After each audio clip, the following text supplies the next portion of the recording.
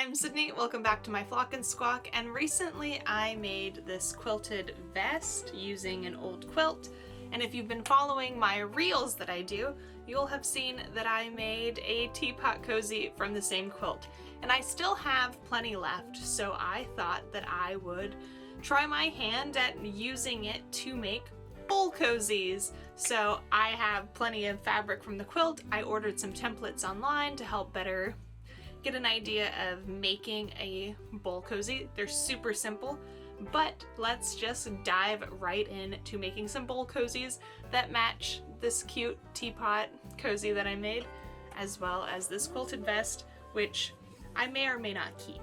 So let's just get right to the table and see what we're working with. So here are the templates that I ordered, and I've already opened it up and I managed to break this largest one in half. It's still held together a little bit by tape and a little bit by a plastic film that they have on these. But here is the largest one. Here is the medium size. And then here is the smallest. And you can really see the ring light. So I think that I'm going to go for making some of this size. Let's just put these guys away. So here is the quilt. There's a little bit of staining on this section, but I decided that I wanted to fussy cut it. And measuring out the middleest of the templates, I found that a 10-inch square would be perfect for this. So I took the closest ruler that I had after laying out the template and kind of seeing where I wanted to fussy cut. Because I did kind of want that block, I took my closest ruler to a 10-inch square, which is an 11.5-inch square ruler, and I fussy cut it. Now, you definitely do not need to, and it definitely creates more waste by fussy cutting, but if you want a very specific look, I recommend trying it at least once on a project. It definitely is fun to do sometimes, especially if you have an idea of what to do with the scraps that it creates. But here is my 10-inch square, and I had, used a water-soluble marker on the front of the square, but it faded really fast for whatever reason. I didn't even put water on it, but you can kind of see it. And since this is a quilt and there are layers, I pinned the portions together so I can work with it. But then I unpinned and repinned several times, which I think I cut out. But on the white side, which is the back of the quilt, aka the wrong side of this block, I took some blue chalk, Taylor's chalk, and I marked out the darts that this template has marked. In the template, it's just sort of like these little V shapes in the middle of each of the blocks, so you can infinitely scale this as long as you have a square. But there is where I started, and I pinned those shut, and we will be ready to sew. Essentially, they are darts, so if you know how to sew a dart, you can make a bowl cozy. And welcome to my sewing setup. So I have my brother at the moment set up here, and then I have my husky lock set up here. So we are going to serge the edges and then sew the darts. I know I kind of did it a little bit backwards over there by pinning the darts as well, but I think serging now will be the better option. Then I can go in and I can stitch the darts. I'm not going to cut them at all until I kind of get an idea, because I might want them to be deeper. It doesn't seem like too deep of a bowl cozy. I also think that maybe this size will be a little bit big for our bowls. So I'm going to make up this one, kind of see, and if we have any bowls that will fit comfortably in this size, and then we can assess and probably make the smaller bowl cozies. And I know I definitely wasted more fabric by trying to fussy cut, but I think it looks pretty good. And I'll probably be able to save those scraps to stuff into a stuffed animal.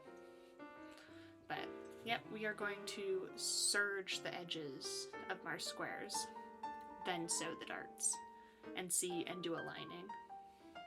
Or we could just bind it. Binding might be more difficult. Oh, I'll just get this started.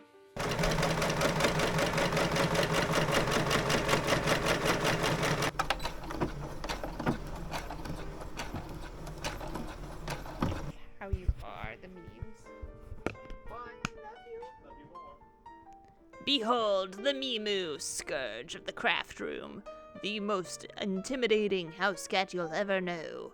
She fights with an iron fist, intimidates the dog heavily, so much so that she chases it down the hall into its crate, and yet comfortably rests upon your project, where you have to use the distance grabbers to encourage her to get off occasionally. Here she is, sniffing everything in sight, wondering what her next move shall be. Next time on Dragon Cat Z. Dun dun dun! So I made this up. I sewed the darts, very basic, not finished. But I grabbed 3 bowls from the kitchen. We have like 3 bowl sets that we regularly use. So here is one. Seems alright, and could be a little bit tighter around the sides by taking the darts in a little bit. This one is way flatter. A little bit of the same. I feel like we could take it in just a tiny bit on each side. Then this really big, definitely using for like soups and hot stuff. It's really like, I'll show you. It's really like too big along the sides. Like that is quite a bit of room. So I think it would benefit from taking them in on all sides. So that's what I'm going to do. I'm going to take in the darts some and kind of just see how the bowls fit after that. Then we can make some more. Alright, so I took it in 1/8 of an inch on each side. So let's see how this feels. Still too loose. An 1/8 inch on all sides definitely is not quite enough. But it does bring the bowl like nicely in. Maybe if I do like another 1/8 perhaps with that. Like a 1/4 inch total on each of these. Or a 1/4 inch per dart and more. I think that might work. Back to the sewing machine.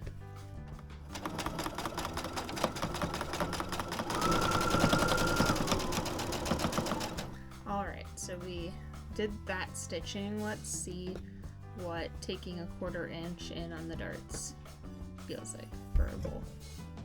Oh yeah, that's a much better fit. So, okay. Way better fit on this bowl. Still a little loose, but usable. We don't really use this bowl for soups that much. This one we use for soups. Yeah, that feels pretty good. Way less wiggle room on the sides. Much better. So let's just, make some more bowl cozies.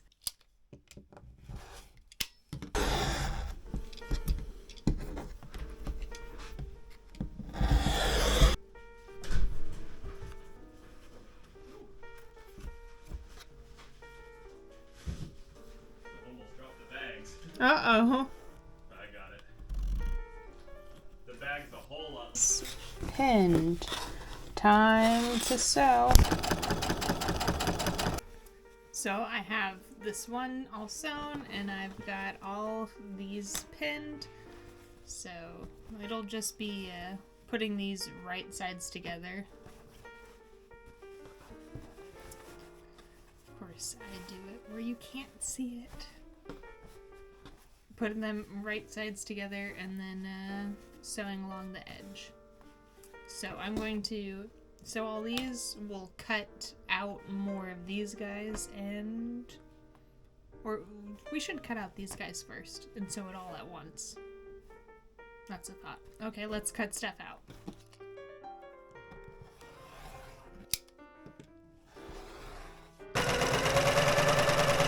We have them all pinned, so let's finally sew these things and just get them over with. 3 pinned, ready to go. 3 pinned, ready to go.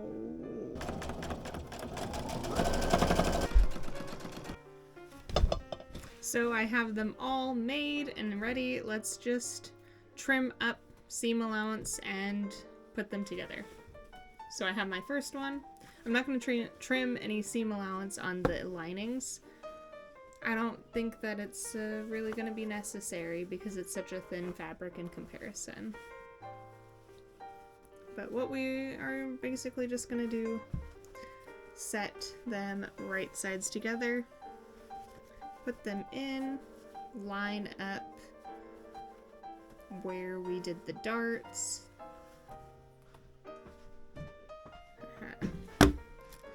So like line up dart to dart. We're just gonna take a pen, shove it in, boop. Do that on this side.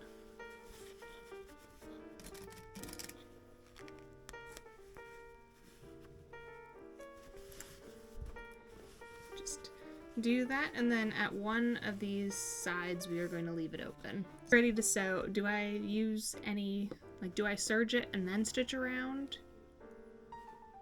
I don't think it's necessary to. I'm just going to do a straight stitch around and then leave a spot open. And I'm going to repeat that for all of these, the 3 remaining that need to be pinned. So let's just do that. In doing this, I decided you definitely do not want to serge these edges because I ended up trimming them off, which was kind of rogue.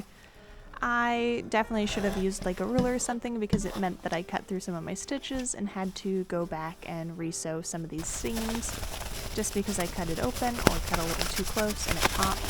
So do not serge it, just do a straight stitch around and be mindful when you trim things up. Alright, so it's been a couple days, but I just trimmed up the seam allowance with my rotary cutter a little roguely, so I had to fix a couple spots, turn them right side out, and now it is time to sew along the edge so that way our raw edge that we flipped open will be fully encased, and then we'll have fully functional bowl cozies. Creamu, Scourge of the Sewing Room is back, rolling around on the ironing mat once again. She has claimed it as her own. She seems to really love it, and I think she even gave it a little nibble. And just like that, we are finally done. So here are our bowl cozies. So bowl number 1, nice and secure. Bowl number 2 also fits very well. It's a little bit lower on this bowl because it's such a deep dish. And then our other bowl fits absolutely perfect as well. So yeah, I have 4 bowl cozies now, which is perfect for if we're having 4 dishes or if they get dirty, since it's just the 2 of us. But yeah, this project would probably take an afternoon, maybe, if you've done it before and also weren't filming, because filming definitely adds on some time when I'm working on projects. But I think they turned out super cute, and it's a great way to upcycle some quilt or fabric, something that you have that you like. I just know that for me, I'm not going to ever be microwaving these ones because I'm not entirely sure on the fabric content of the quilt, and then I know that its internal batting that I reused was probably not like fully cotton. It was most likely a synthetic. I don't want to risk melting things in the microwave. So when a bowl comes out or you're filling it up with something hot or cold, you can just set your dish in it and then you can eat on the couch or, you know, just have it be slightly cozy. But that's all for now. I hope you enjoyed this project. I hope you enjoyed flocking and squawking with me and that you join me again sometime. And thank you so much for watching. Bye!